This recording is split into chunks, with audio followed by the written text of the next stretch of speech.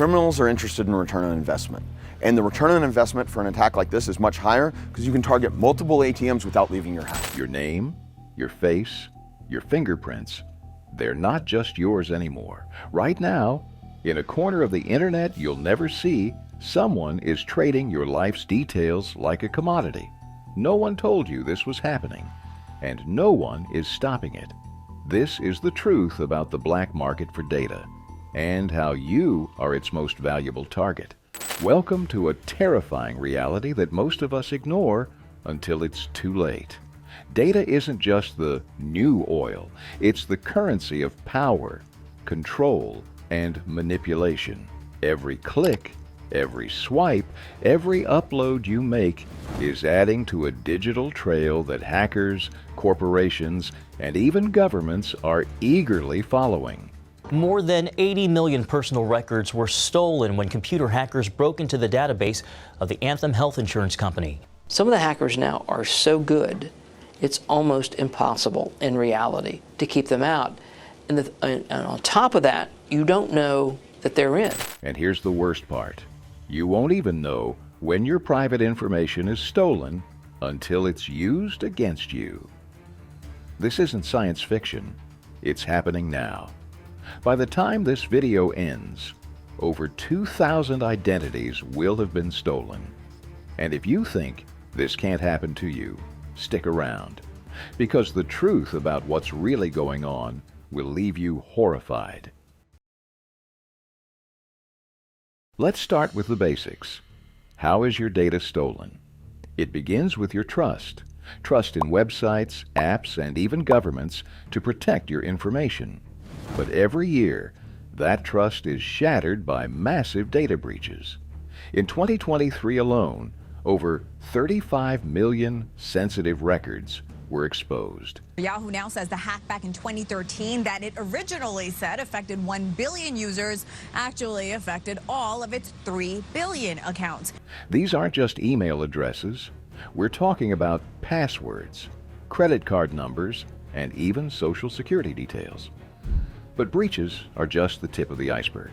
Phishing attacks, those fake emails and texts, are still one of the most common ways hackers get your login credentials. Then there's malware. By clicking on the wrong link, you might be giving criminals full access to your devices. And let's not forget insider leaks. Employees with access to sensitive databases sometimes sell your information for as little as $5 a record. Think about that. Your identity worth just a coffee to someone else. And here's the scariest part. You could be hacked without lifting a finger. Smart devices, public Wi-Fi, and even unsecured apps leak data constantly. Did you know that most free apps track your location, contacts, and even microphone activity? That data often ends up sold to third parties legally. Now, imagine what happens when hackers get their hands on it.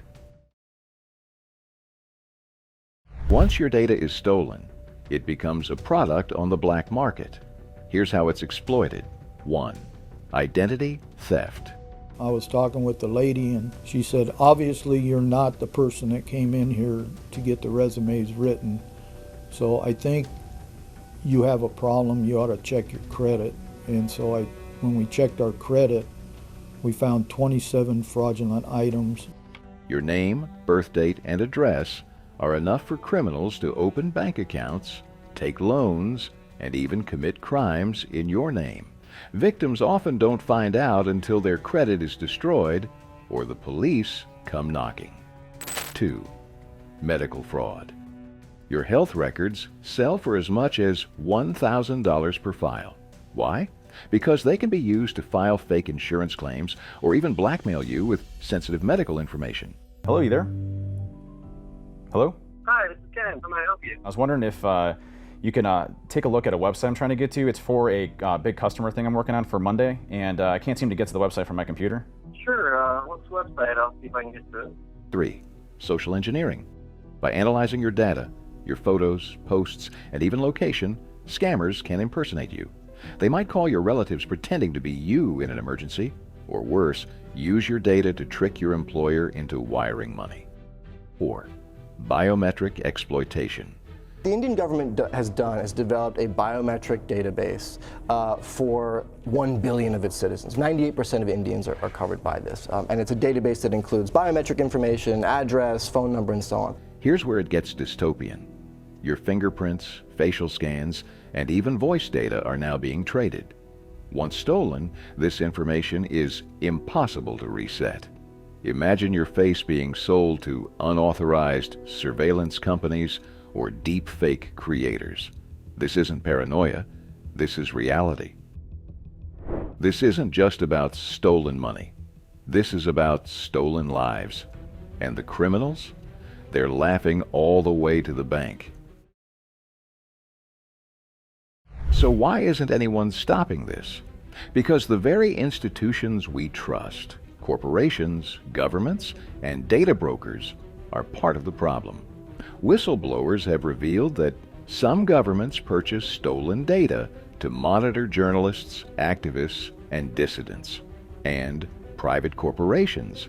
They're buying your information to build behavioral profiles so they can sell you products you didn't even know you wanted. There's no incentive for these industries to shut down the black market.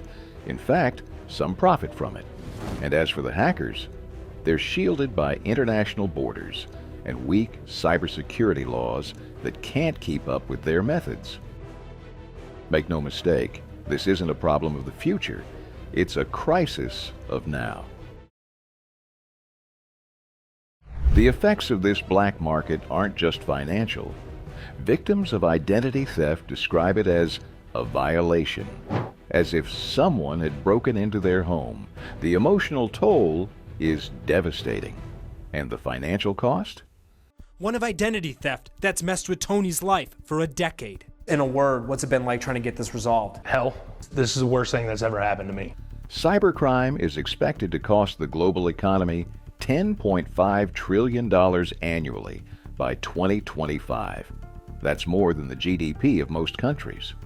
Cybersecurity Ventures predicts by 2025, cybercrime globally could amount to $10.5 trillion. The next pandemic, the exposure that looks like a virus, is cyber-related. But it's not just individuals who suffer. When data is misused to manipulate elections, spread propaganda, or fuel scams, society as a whole pays the price.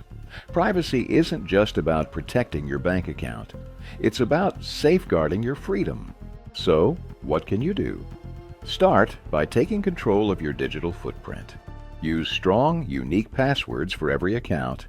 Enable two-factor authentication. Think twice before sharing sensitive information online. And most importantly, stay informed. Knowledge is your best defense. This is the reality of the digital world we live in. But the question is, what will you do about it? Share this video, spread the word, and protect yourself, because no one else will. This is Scandal Monster, where the truth is exposed. If this video made you think twice, don't keep it to yourself. Hit subscribe, drop a comment, and join us next time for more scandals that shape our world. Stay alert. Stay safe.